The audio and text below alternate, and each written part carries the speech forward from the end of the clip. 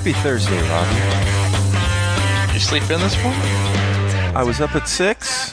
Ooh, and back to bed. Back to bed. I've decided I'm going to start working like Einstein, or Edison. What was his work all night, sleep all day? You work a lot, you work, and then you take a nap, and then you get up and you work, and he took a lot of naps. Oh, he's a nap guy. Yeah, he was a napper. He didn't really sleep that much. No, I mean, I was sitting around. The fireworks are going off last night. I was up till midnight or something. Got up at 6, and I was like, you know what? After that workout yesterday, I just feel like I might need a couple more hours. Man, went back down. Were you up on purpose, or were you up because the fireworks kept you up? Up till midnight? Yeah. Oh, well, a little bit of both. I was kind of watching some stuff on TV or Netflix. Yeah, I was up a little bit past our usual bedtime because they were shooting off fireworks here in the little area that we're at, and I was definitely that guy laying in bed, and I definitely said, all right, enough with the fireworks already. Because we're on like the second story like balcony that like faces like this huge like square, and they had like live music until 9:15, and then just like, obviously whole. Yeah, dude, there is no my sound machine, like I usually have it on like oceans crashing, waves and stuff, and if I had turned it up any louder, then I think like the coastal like hurricane sirens would have came on, because they would have thought like a tsunami was like about to blaze in. I was trying to drown it out, but I just couldn't. But yeah, I mean, imagine trying to like go to sleep and you've got a toddler in the bed with the fireworks. I mean, I'm talking, they were probably, so from like the edge of our balcony, which are by our bedroom, I'm talking probably not even 150 meters. Whoa. Yeah, that close. That's pretty good, man. Yeah, so that was definitely that guy. I was like, all right, enough already with the fireworks. But we hope everybody had a good July 4th. Lots of 5Ks and 10Ks and July 4th runs and all kinds of things people like to do, and grill out and not swim because everybody has to close the pool, or have it open for festivities that don't include lap swimming. And so we hope everyone had a good and patriotic-filled July 4th. And we appreciate you joining us today on Thursday, July 5th. It's 10:15 a.m. Central Standard Time. This is the Crushing Iron Triathlon Podcast. Yes, it is. One day after the 4th. One day after the 4th. On vacation and post-holiday. Still coming to you. Yeah. I've been getting up since 6, pretty much since camp, like kind of by natural accident. Yeah, maybe accident. But so I got one part of that down. If I can start getting the early to bed part down, I will be lookout podiums all over America.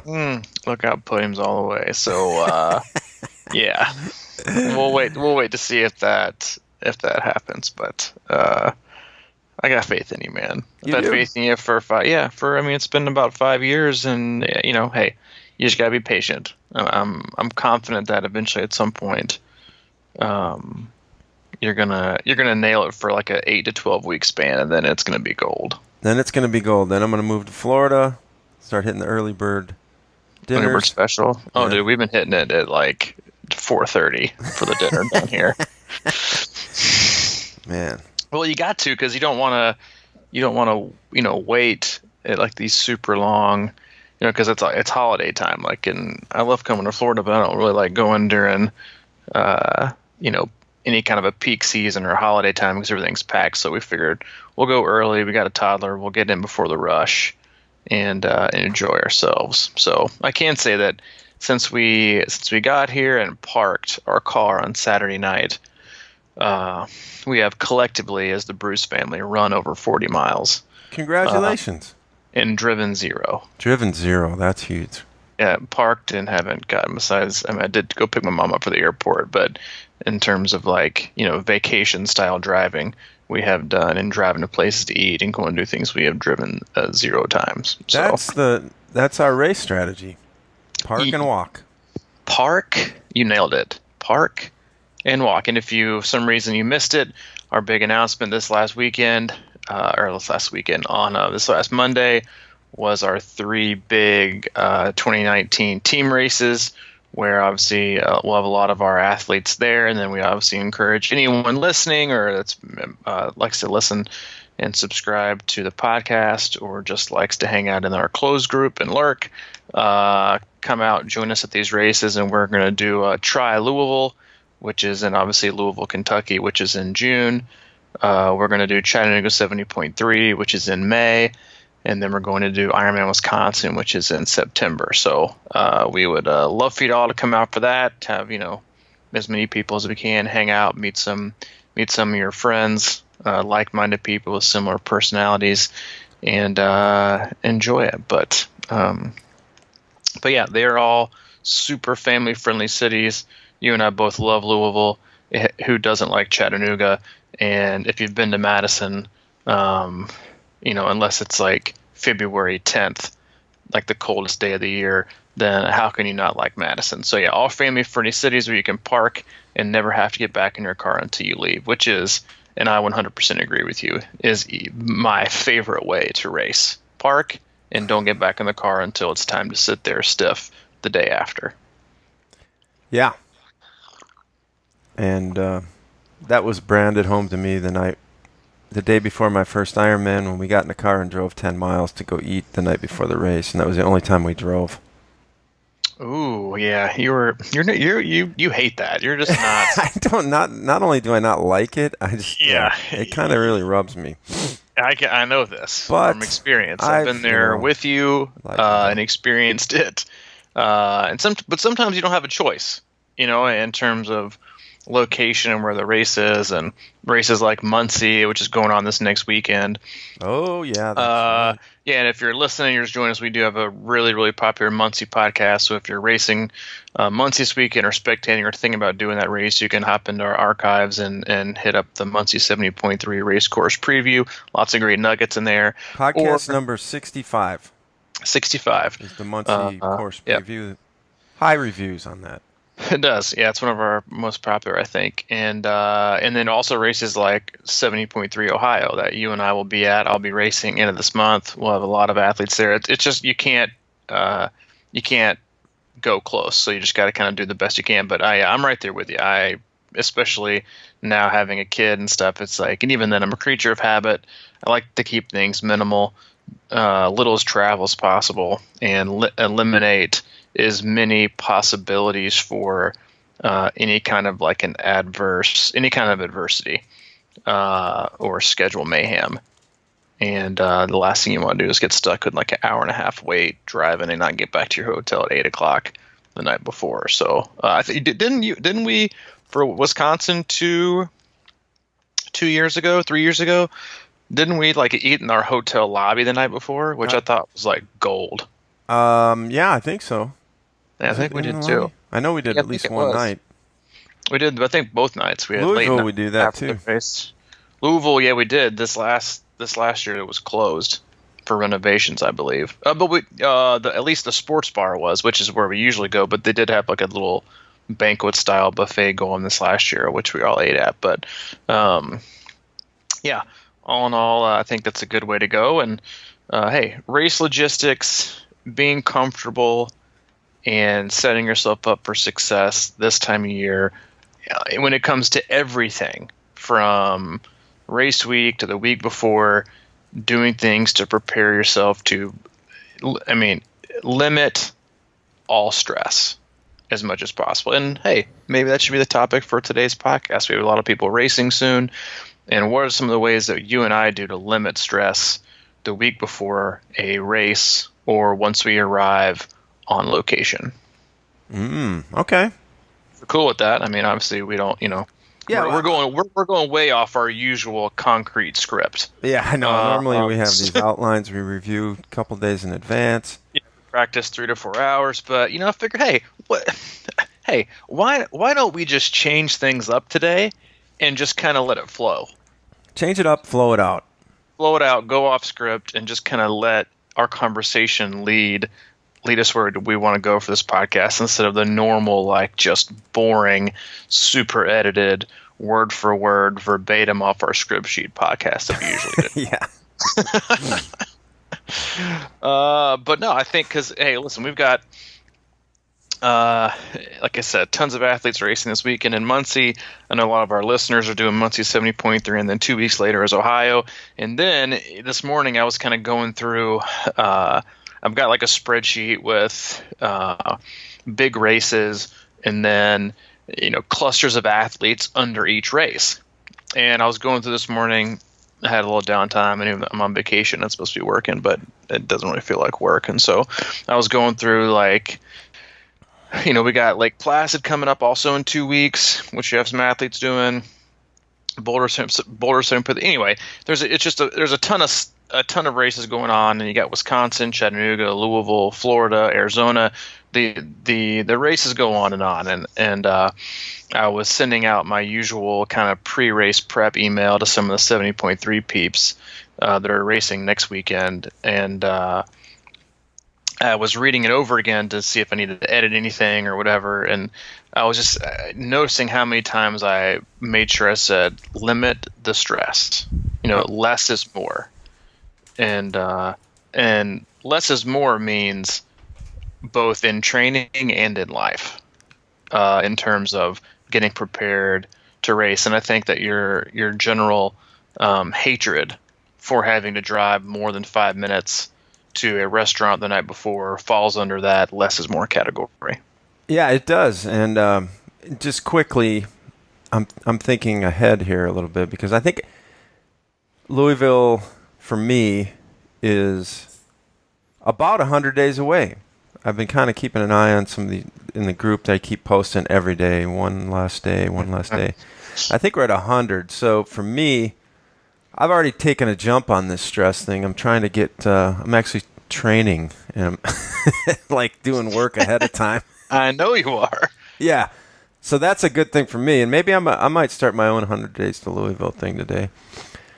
Or whenever that is. And maybe we did that last year with video, and a lot of people seem to like it, and I may just post it up on the YouTube channel. Do it, man.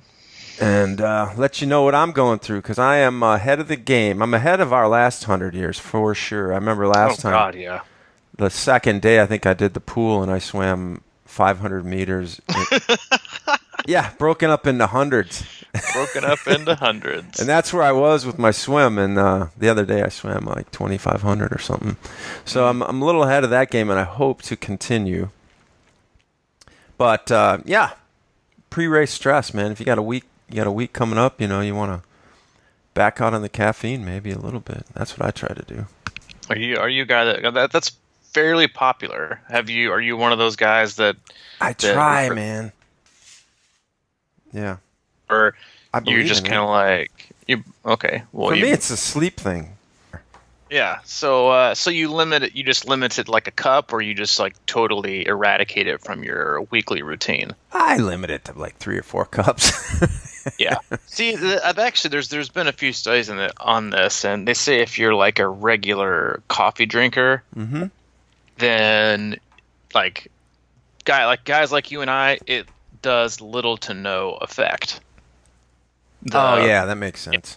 Because we just drink it so much. But if you're like a sporadic drinker, then they say like if you just limit it for like 2 weeks and then have it, then it's like, snorting, Coca-Cola Classic the whole time you're racing. Oh, yeah. But for guys like me, yeah. But generally, I mean, for me, I always just kind of limit it, not really on purpose, but just by the nature of like where you are. Like, in a hotel or an Airbnb or whatever, like especially for a hotel, which is usually where we stay, but we don't usually have a gigantic pot of coffee sitting in the room, and so like for me, it's 10:30 right now, and this is like my third cup. My first one was at 6, but obviously at a race, I'll have like one, enough to like flush the system out, and then that's probably all I'm going to have. So I would say while I limit it, it's not really so much for performance. It's more so like for you, like I want to be able to sleep really good. But caffeine is one of those things that a lot of people will limit more for a performance base. And I limit almost all sweets for like 2 weeks That's a good one too. leading to a race. Not so much for like, I don't do it because I'm trying to drop weight. I do it just because I like to. I mean, and I'm not. I mean, when I say like I'm not a huge sweets guy, I mean like I don't have sweets consistently every day. But when I do have sweets, oh dude, do I have sweets? I can put some food away. But for me, it's not a weight thing. It's more of a how do I feel thing. And I just like to feel like I clean up my diet really, really well. That's all. That's already almost fairly, pretty clean. But then it's just like, all right, I got 2 weeks. I'm probably tapering. I want my body to get rid of all of its inflammation, get rid of all the soreness, super hydrate, replenish everything that I can, make sure my muscles and everything are also recuperating and recovering as best as they can from the huge training load. And so just like eliminating sweets and desserts also just kind of gives me that, just kind of like I feel more refreshed, and I always sleep better. And sleep is king leading into your big race. Sleep is king. And I know for me personally, if I have like a huge heavy meal or something like sugary sweet, like an hour or two before bed, I'd never sleep as good. I might still fall asleep quick, but I just find that the quality of that sleep is not nearly as good as if I just like, eat a nice meal and I'm done at 6:30, an early meal like I usually do. I usually sleep much better. And like I said, when you're tapering, and especially race week, sleep is king. Man, but that brings up a way bigger question. It's sort of like, I think as triathletes sometimes we get in such a grind phase, and I mean, why? In other words, why, if that makes you sleep better, why wouldn't you do that all the time? Mm-hmm. That's the dilemma that I face too. It's sort of like we have these kind of compulsive personalities, you and I, and like from DNA level stuff. And I find myself, sometimes I'll just be like last night after a workout or whatever. You just come home and just plow down like 4, like chocolate chip bars or whatever those things are, and you go like that. So it's a weird thing because, I mean, ideally, you would just want to stay. But I think maybe that's the whole process, right? I do feel I'm sure that you say that you do this couple weeks out from the race, but I'm sure as opposed to maybe like 5 or 6 years ago, you're way better consistently with sweets and what have you. So it's a long-term process that keeps developing, but you suck it up even harder for the races. Yeah, I mean, because that's kind of what I do too. Yeah, I mean, I think that generally, I'm not, not a huge, like, I have to have dessert guy anyway. Like, I'd rather just have a good meal and have, wash it down with some water, or even some, like, get really crazy and have some Crystal Light. I don't drink carbonated beverages at the yin yang. I might have, like, an occasional, like, Coke Zero or something. But, because I think total 100%, like, restriction or abstinence from like a specific product is just really, really hard, and it sets you up for success to make yourself feel like a failure if you like cave in, because most oftentimes what happens when people cave, they like stay in the cave because like, see, I've already effed up my diet, or I've already effed up this, I'll just start back again on Monday. And you're like, dude, it's Tuesday. So basically just like screw it for like 5 days. And people do that in training too. You're like, oh, I missed my, I'm going to crush it this week. I'm going to get back on the horse. I'm going to train like I've never had before. I'm going to eat so clean. I'm not going to have any extra calories. I'm going to burn fat. I'm going to get to race weight. And I'm going to crush this next race. And on Wednesday, like something happens. They miss a workout. And they're like, yeah, it's just one of those weeks. I think I'm going to start back on Monday. And you just like fall in that cycle when you've like set yourself up for like not really mistakes, but just like, life, or just like trying to live a little, like have some pizza, have some chocolate, have whatever, like, if you want to have it, if you're not, don't, but, and like you said, like you kind of evolve over time into just kind of noticing things about your body. Like I noticed the next morning that you don't, perform better under X kind of fuel. Maybe it's like a couple slices of pizza is a good thing, like for your long run versus, unlimited cheese dip and nachos at the Mexican restaurant plus 4 margaritas. Like that might not yield the same result. Do you need to abstain from all things totally? No. But, just giving yourself a little bit of leeway. But yeah, leading into a race, the cleaner you can be, the better, is because you want to feel good. Right. Because you're already having those phantom taper pains. Like you've been totally healthy, through and made it through like 4 heavy weeks of training with like, no days off and no interruptions and no niggles, no injuries, no nothing. And then all of a sudden you start working out less and you're like, I think I tweaked a hammy. Yep. you're like, no, you didn't. Shut up. Like it's your body like sends these signals to your brain, like the total, like, I can't tell you how many times when people are tapering, the athletes that I work with, like a week to like, I don't know, but I think it left my knees aching or my foot's aching. Like I think I might have pulled something. I don't even know because I had the day off yesterday. And I'm like, exactly. Like you went to work yesterday and you came home and you slept 14 hours. No, you didn't injure yourself, sleeping 3 extra hours. It's just your body finally has a chance to like 100% totally repair itself. So it gets to work. And then obviously you're starting to feel a few more things because your body is freshening up and you just get this it's people talk about all the time, those phantom pains. And it's just the more you can clean up everything and make things a little bit clearer and easier on yourself and your body to repair itself, like eliminating, desserts and sweets or carbonated beverages or whatever your kind of weakness is, I think is generally, a good thing. And honestly, like, even if you don't think, like, listen, is one scoop of ice cream going to kill you? No, it's not. It's going to have almost, if like, zero effect on your race. But I think on the flip side of it, not from like a nutritional or performance or diet or race weight point, I think anytime you can continue to send signals from your body to your brain or your brain to your body that I'm ready and I'm focused, then everything else you're doing tends to fall on that line too. My workouts are getting done. I'm hitting things to a T. I'm just not starting, because a lot of people hear taper and they hear shutting it down. I'm just resting. I'm just resting, and they get stale. And so I do think every little part and piece that you have in terms of your taper and all the way from traveling and hotel and athlete check-in and meals and everything is the more dialed in you can get, the better, because I think it eliminates stress and you continually stay focused, which is so hard to do when you're tapering because you're getting so much energy back and you have so much more time on your hands. Yeah, and limiting stress is so interesting because like I think your body, let's see, how do I put this? Like if you don't ever eat ice cream, rarely, and then you might have a scoop or two, which is no big deal in theory. But if your body, sometimes your body gets used to, like you were just saying about coffee, for example.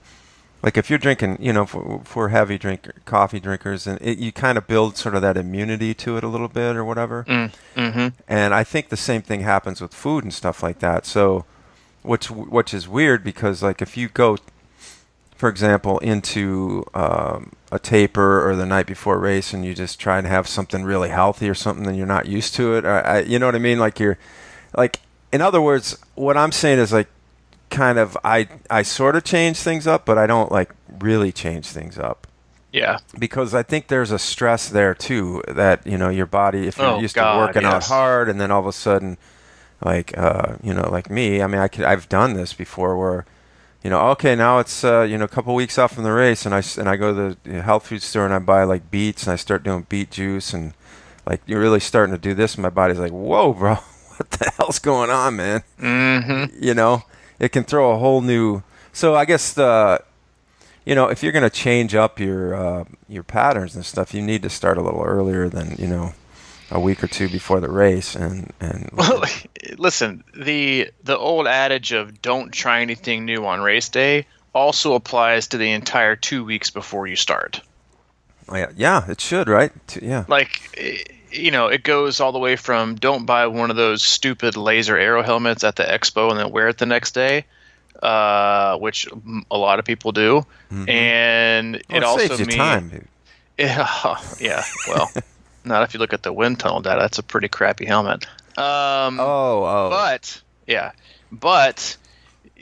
the same could be said for 2 weeks beforehand. Like, and I've athletes before, like, yeah, I'm just gonna eliminate so and so and so and so and so and so from my diet.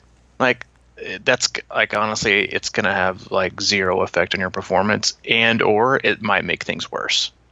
Because the last thing you need to be doing is like starving your body, or all of a sudden, like you said, I'm going to start chugging beet juice. I'm going to start drinking bulletproof coffee, and I'm going to eliminate every single, ounce of gluten and protein and carbs, and all I'm left with is lettuce and celery, and I can have a raisin for dessert. Like, that's not really good either. Or I'm gonna change this up, or like everything, like 4 to 5 weeks out from your race, everything should be done. Everything. Your nutrition should be dialed in. Your pre-race meals should be dialed in.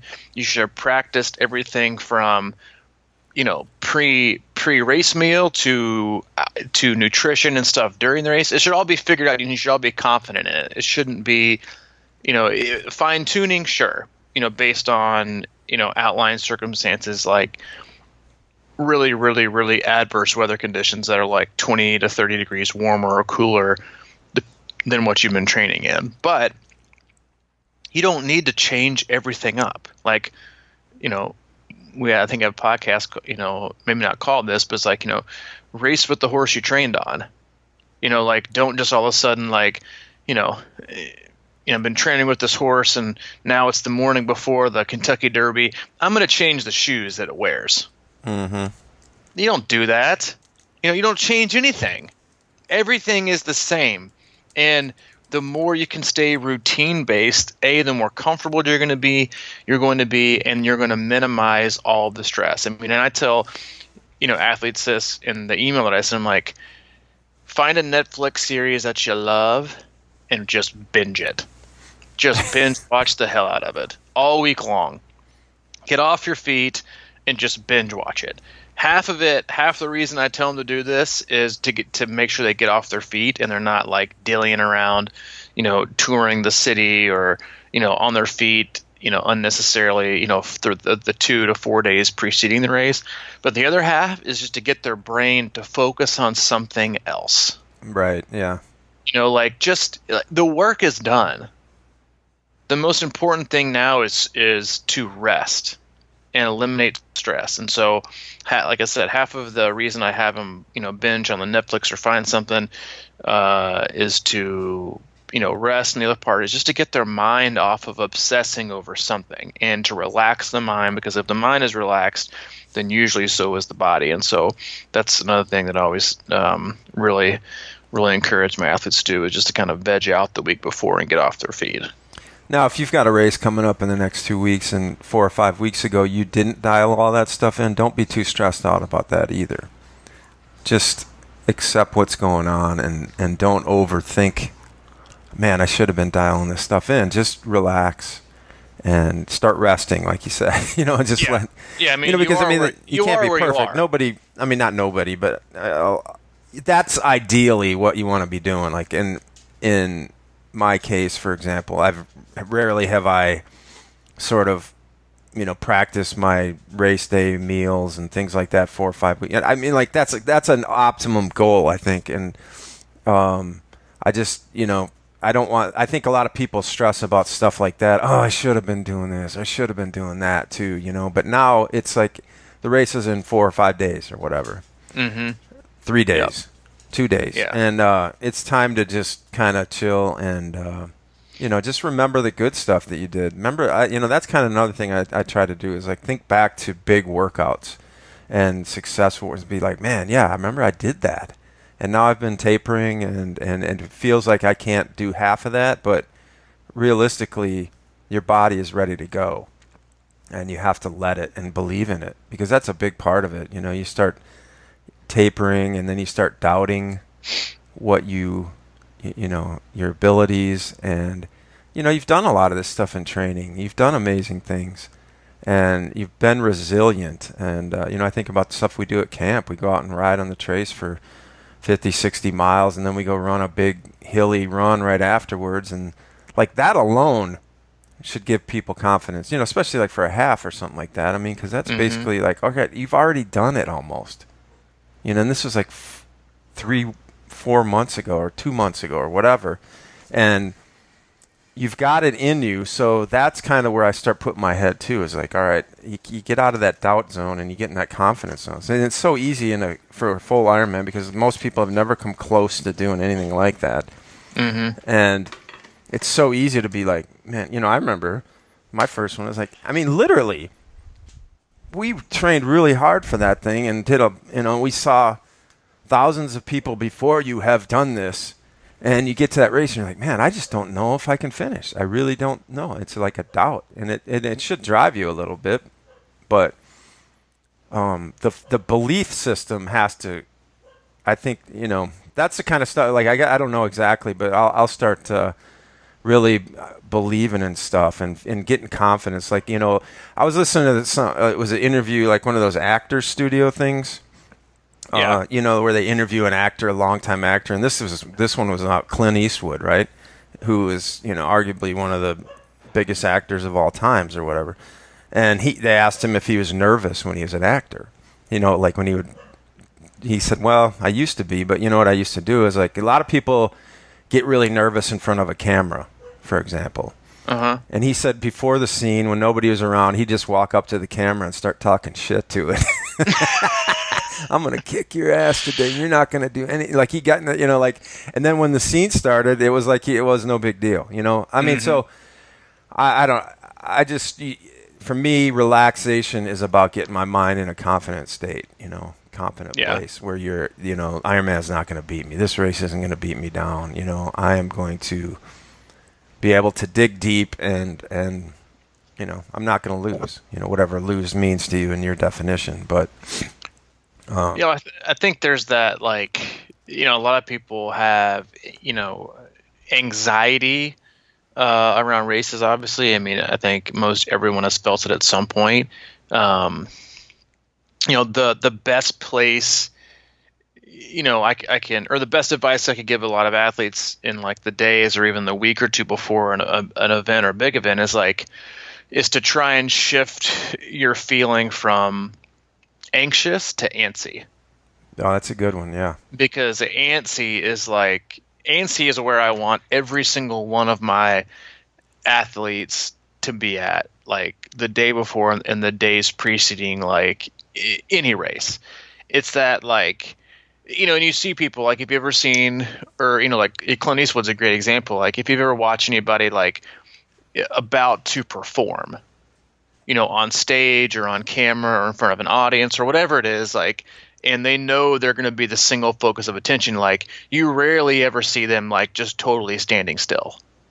They're kind of like pacing, they're kind of jittering, and they're like that happy medium. They're not anxious, they're just kind of like nervous, excited, hurry up already. Let's hurry up and get it started. It's kind of like what you hopefully see, like, brides and grooms before a wedding.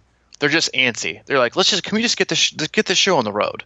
Like, let's just go. And are they nervous about the whole, like, ceremony, how things go? Sure. Are they anxious, like a bad anxious? Like, and when I say, there are different levels of anxiety, in my opinion. And, like, the level you don't want is that, like, anxiety, like anxiety-stricken stress, like where it just makes everything you do, you like tensed up and stress about, and it becomes like so worrisome. You just create all these problems. But if you can find yourself like antsy, and because I think antsy is just that, again, it's like that just happy medium between, like, all right, am I nervous? Yes, but I'm nervous because this is important, and this means a lot to me. And I've trained so hard for it, and I've been training for so long for it too. Like, sometimes, so you should be nervous, but you're also excited because it's finally here. The day is finally here. But then you should also be confident, and you're like, I'm just ready to go. Like, let's do it. And I think that's the best place to go. is that respectful kind of fear, anxious, it blended in with like, I'm confident, I put the work in, I feel great, because like, listen, if you've ever tapered for like a long period of time, the closer you get to your cigarette, I'm just about to like burst with energy because you're just not used to having it, or you forgot what it's like, and so you're just like trying to like hold things back, and your body's ready to like, pop out like a Jack in the Box. But you just gotta be antsy, and it's a great place to be. So shifting that mindset from I'm anxious because I can't, or this might happen, or I'm worried about this, and shifting it to I'm ready, I can't wait, this is important, let's go.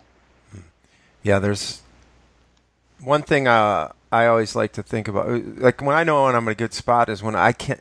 It's kind of that antsy. It's like excited to get in the water versus because to me it goes in stages. Like before that swim, I kind of when I know when I'm in a good place, when I'm excited to jump in and feel that water on my face, and Right. you know what I mean? Like it's like, man, I get to go into this lake or this river or this ocean or whatever, and I get to swim, and you get that kind of excitement about just being able to be in your body and feel that water and look around and taking the scenery versus man, I'm gonna get anxious, and I got if you can kind of just change that mindset, and because you've done it so many times, a lot of times like that's sort of why I don't like pre-race swimming the day before, because I'm like sometimes we go out there and it's just like me and you and maybe one other person in this big vast lake, and it just feels sort of a little different. I'm a different guy in that way. Like I love the people around. I love the congestion. I love the energy from all that. It's sort of like I don't know, playing a lot of sports or something that sort of is like game day. This feels comfortable to me. Right. And if I were to like maybe forego that pre-morning or the day before swim, because that's something like last time we went to Wisconsin, we went up I was swimming really well and really excited about that swim. We went off for that swim, and I kind of had a little anxiety that morning when we were doing a practice swim, and it was a wetsuit thing, and it felt tight and all that business, and that's the worst. And that's what two things is like you were talking about, like an actor walking around looking at, they can't stay still or whatever. And that reminded me of when I went and watched, there was sort of this summer track series over at Vanderbilt here, and there was a girl that everybody was talking about. She's going after the 800 outdoor record today or whatever in Tennessee or something. Yeah. And, man, I watched her, and she warmed up forever. I was just like, what the hell? I mean, it was this, and that's different because it's a sprint kind of for those guys, but right.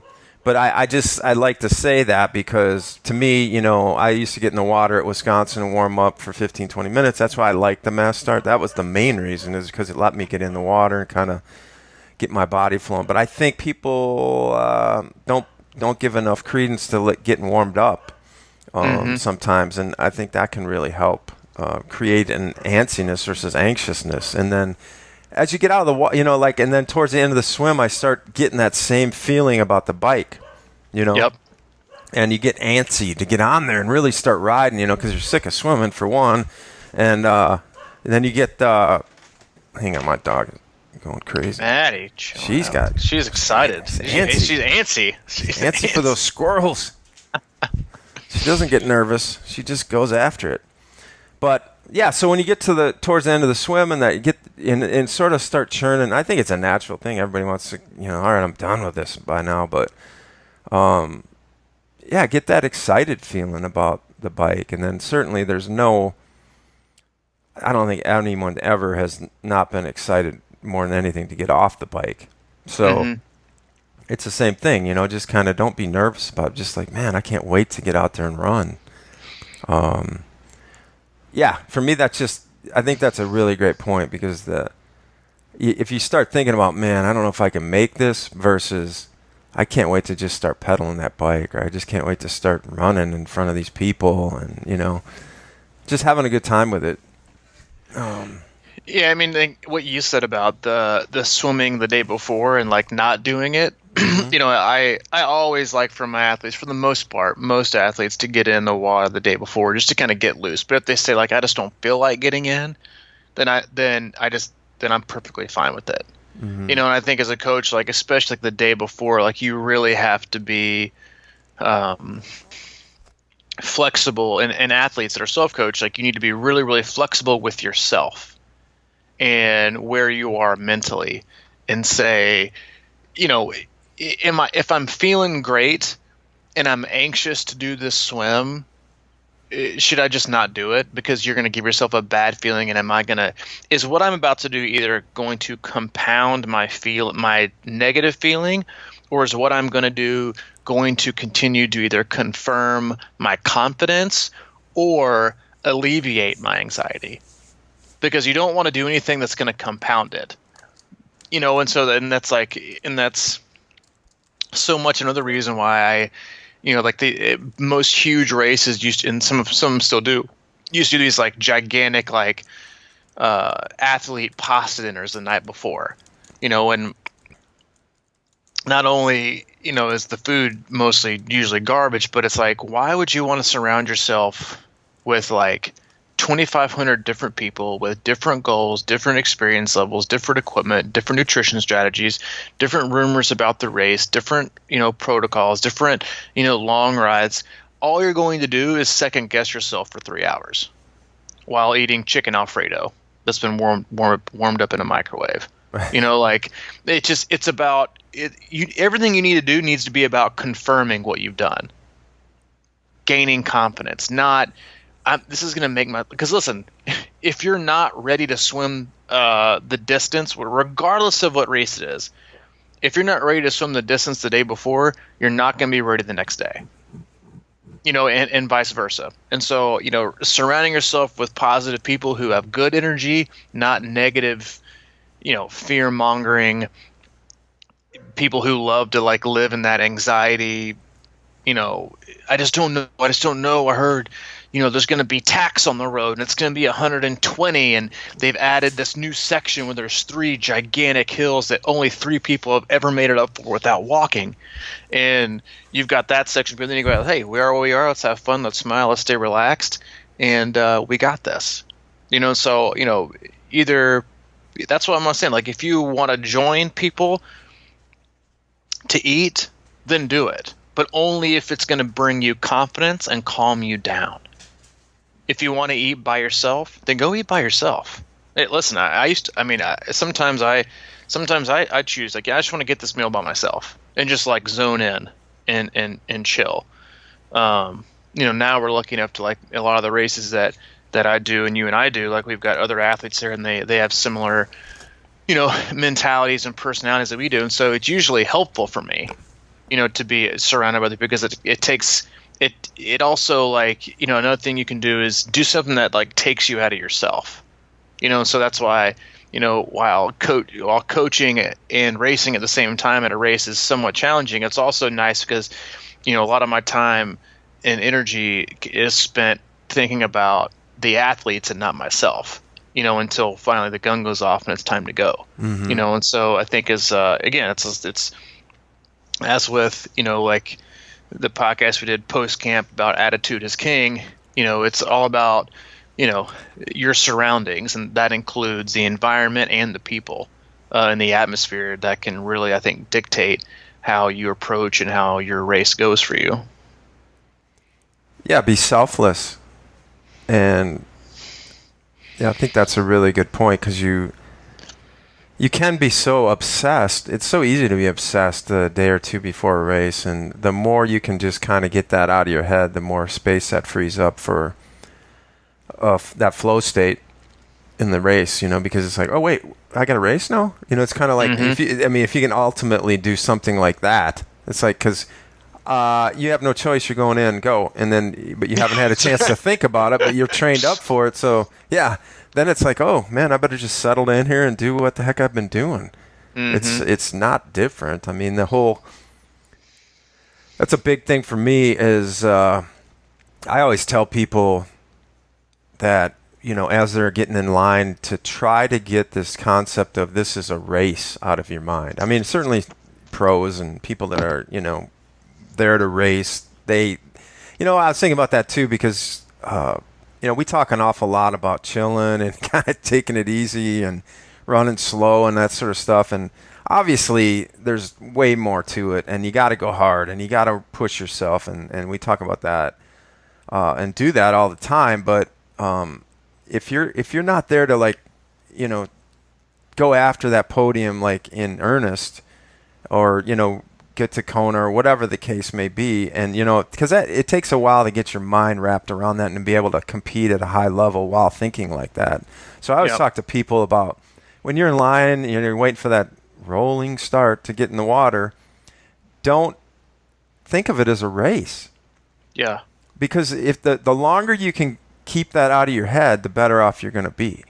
If you're, you know, if you're prone to anxiety or getting nervous about your time and things like that, you know, especially halves and fulls and longer races, you know, that stuff works itself out. You know, if you can kind of relax through that swim and feel good getting out of the water, and then, you know, your bike starts opening up halfway through, then you're going to be nice and warm, and that anxiety piece is so much less at that point because you're sweating and your blood's flowing and whatever. But if you're like anxious getting into the water, you got to work through that, and that becomes a lot of energy, frankly. So yeah, so it's just like, it's not a race yet. You just get in the water and start swimming, you know, just do a little swim. And like one of my favorite, you know, I think, you know, when it comes to like getting in the transition area, you know, I'm usually a huge fan of you know, listen and don't talk. But once you enter the transition area on the race morning, I am talk, don't listen. You tune out everything you overhear, everything that you might want to eavesdrop on so-and-so or their race or their strategy or what they've heard or what's the water temp and is it even going to be wetsuit legal. I always shift from like either music in so I can't hear anybody, or usually it's like one earphone in so I have music and like no other ambient noise, and then it's like, let's talk to everybody that I can see. You know, make eye contact. Hey, how you doing? Hey, you feeling? Looking good? Hey, yeah, I'm sure. Go ahead, and make it more, you know, about, you know, hey, do you need this? Or hey, how you feeling? Is this your first one? Because a lot of people have like nervous chatter. And they like look up and like we've all seen. You've been. They'll make eye contact. And you're like, who's going to say something first? Who's going to say something first? Like, how many times have you done this race? Yep. And there the conversation has begun. You know, it's just you just need to make things light. You know, like you should always, if you can, make things lighter. The closer you, like you said, the closer you get to the start, the gun going off, the lighter you should make it, because it relieves that stress and that pressure. Because most of us have either been training alone or you've been training in a group, but no matter how your training environment has been structured, you've had and put an enormous amount of pressure and stress and focus upon this one event that's going to last, you know, depending on your distance, anywhere from 2 hours to 16 hours. And you've been doing this for the last 6 months, 8 months, 12 months. And so you've put enough pressure on yourself for so long. The morning of is not the time to add it. It's the time to let it go. And, you know, kind of piggybacking off our topic of discussion this last podcast, which was relax for better performance. You know, and that's, so the closer you get, the more relaxed you should be. Cutting it up, laughing, chit-chatting, you know, cutting it up. You know, it's I mean, I know that, you know, when I raced Chattanooga 7.3, like I got in line with the lease and we just kind of cut it up and talked like the morning before in the bus ride, and then we got hooked up with some other of our athletes that were there, and like we barely even talked about the race. We just talked about like other stuff, you know, and so it's just like keeping it light. It's not, you know, re-going over your plan or re-going over this. Like you already know it all by now. It's just time to like, you know, walk across the stage. You know, like we talk about, you know, for Ironman a lot and stuff. So, yeah, it's all about relaxing and as much as you can. Obviously, it's not going to be totally, but it's just alleviating that stress and that pressure you've been putting on yourself for months and months and months.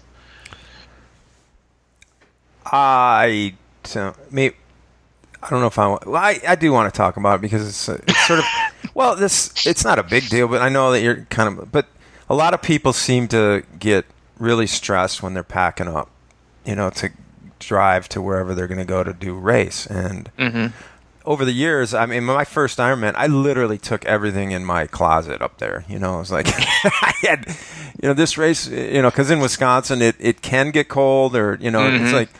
So I was packing. I had like knee warmers and all these weird things, and I brought everything with me. And then over time, I've obviously chilled out on that, and I've kind of leaned towards, man, let's keep it as simple as possible, right? And not, but lately the last couple of races I've had are big Ironman. I've, when you need to, be thinking about a little bit more stuff. I'll start packing a couple weeks out. I won't pack, but I'll just start throwing stuff in piles. Laying things out. Yeah. And then literally, I could be 8 days out and I'll be like, oh, yeah, I got to get extra CO2 or something like that. And I'll throw that in a pile. And I'll start piling things up. And by 4 or 5 days before I even leave, I'll have that pretty much set as to what's going with me. And then it's kind of like you just double check, and then you're like, because what happens for me is like over time you're like, oh, wait, I need to bring, don't forget my race belt or whatever, backup socks or, this and that. And it kind of clears out of your head if you start a little bit earlier. And by the time you get to the race, it's like, really, do I have everything? I think I must, So you're not like last minute searching for lists of stuff to bring on, on the internet, lists of stuff. And you go through a checklist or even maybe write out a checklist and kind of keep it out and write stuff on there for over a week or so. And if you're worried about that kind of thing, because sometimes that does add to like a confusion, but if it pops in your head, you can go just do it and throw it in there instead of trying to brainstorm the night before you leave and throw everything in the right. And hopefully, and the other side of that is that if you forget something, that you can get it there, usually, especially with the expos Listen, either Expo or Amazon Prime, I am now confident you can get anything you want all the time forever. Yeah. I mean, it's like but no, I've gotten better in the past. Like I'll start, like for Ohio, I'll probably start, like you said, not really packing, but I'll start laying things out like the Monday before. Because as a lot of us know, my Texas, I didn't bring any arm warmers or anything, and I had like the most colorful outfit ever. But I'll start laying things out. Just to alleviate the stress or any added stress, and just kind of do it piece by piece, bit by bit, is a great way to do it. Yeah. Do you feel ready to race? Because I do. I'm a little antsy.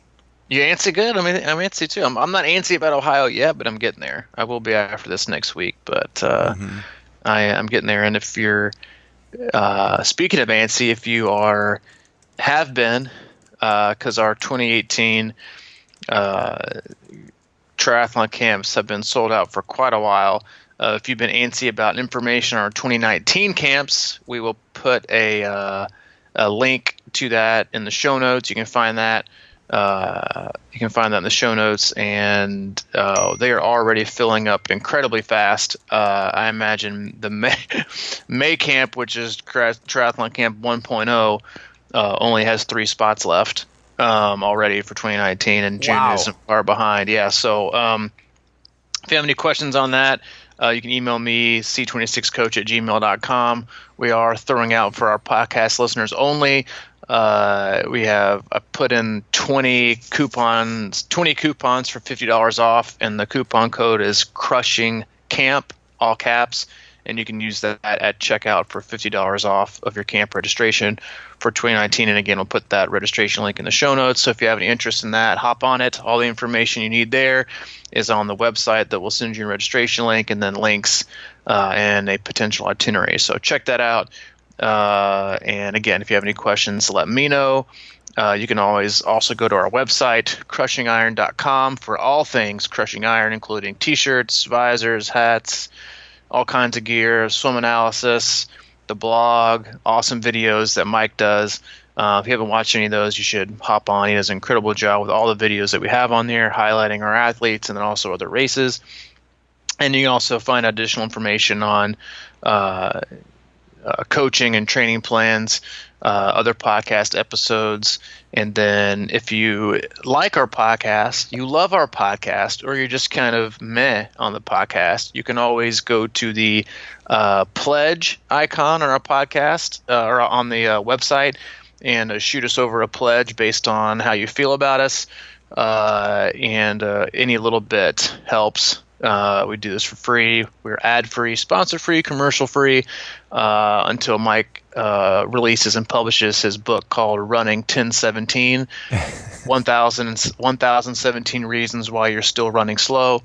And then we'll start advertising that out the yin-yang. But yeah, we do appreciate anything we can. If you've pledged before, we really appreciate it. It helps us take care of all the things and can let us continue to do this podcast that we love. Yeah, and do more things like maybe travel to new places. Yes. Yeah, we would love to do that. Are we going to do that? We'd love to travel to new places. We have 3 regional races.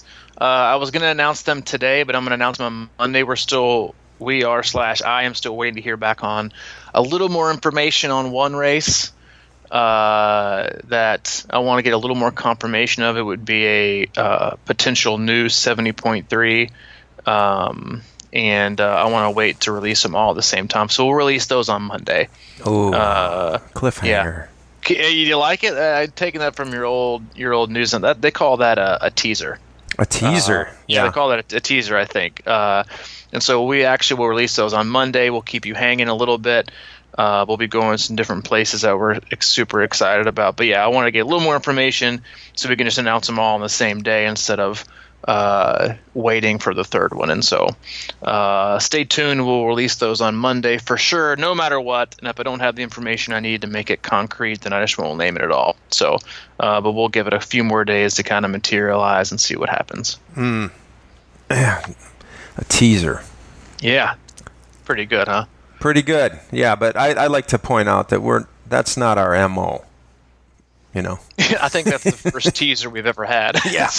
Because for years I was in the news business. And it was my job to write those sneaky little promos in the show before the news that said, if you don't watch tonight, you might die. You know, it was sort of like that's kind of the direction they gave me. It's like, well, I don't care what you say as long as you say if you don't watch, you're going to be sick or you're going to die or something like that. So that's what I used to do. Well, part of what I used to do when I worked in the news, but I was listening to something the other night. I just want to point this out real quick because they were saying how mainstream media is kind of falling apart and the less and less people are just watching regular TV in general and what have you. And it's so funny because like that teasing or that kind of hook stuff has gone to a new level. And it's like they just say something and it's just because it sounds shocking and crazy interesting. And then it really isn't even about that. Mm-hmm. And somebody was describing it as like, news promos and all that was the original clickbait. I was like, oh man, I've been a clickbaiter all my life. You have, man.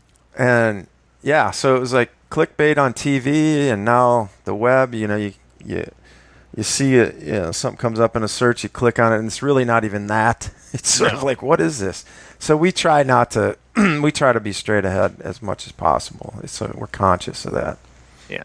But we also don't want to do anything today that might give out misinformation. So we also don't want to participate in fake news. So don't overpromise. Exactly. So, but that's it. You got anything else? I don't think so. All right. I'm going to put on my Iron Man Speedo and head to the pool. Are you? You're not going to the ocean? We went to the ocean yesterday. Oh, okay. It's Hayden loves the sand, not so much a fan of the moving water yet. Oh, okay. He didn't really like the waves, so we played in the sand, so we're going to pool it up today. That sounds nice, actually. I might pool it up, too. Yeah, you should. So we'll do that, and then Allie's birthday is tomorrow, so make sure you wish the anchor, the concrete behind the podcast, my wife, a happy birthday tomorrow. And we'll do all kinds of celebratory fun for that. So that sounds great, man. When are you guys coming back? We're heading back on Saturday with a pit stop in Alabama at her parents' house to celebrate her birthday again. So we're gonna make like a whole U.S. tour from it, I think. Okay, birthday month. Birthday month, Allison Bruce, birthday month. So, but that is it, and we will catch you on Monday. All right, sounds good, my man. All right, dude. See you. See you.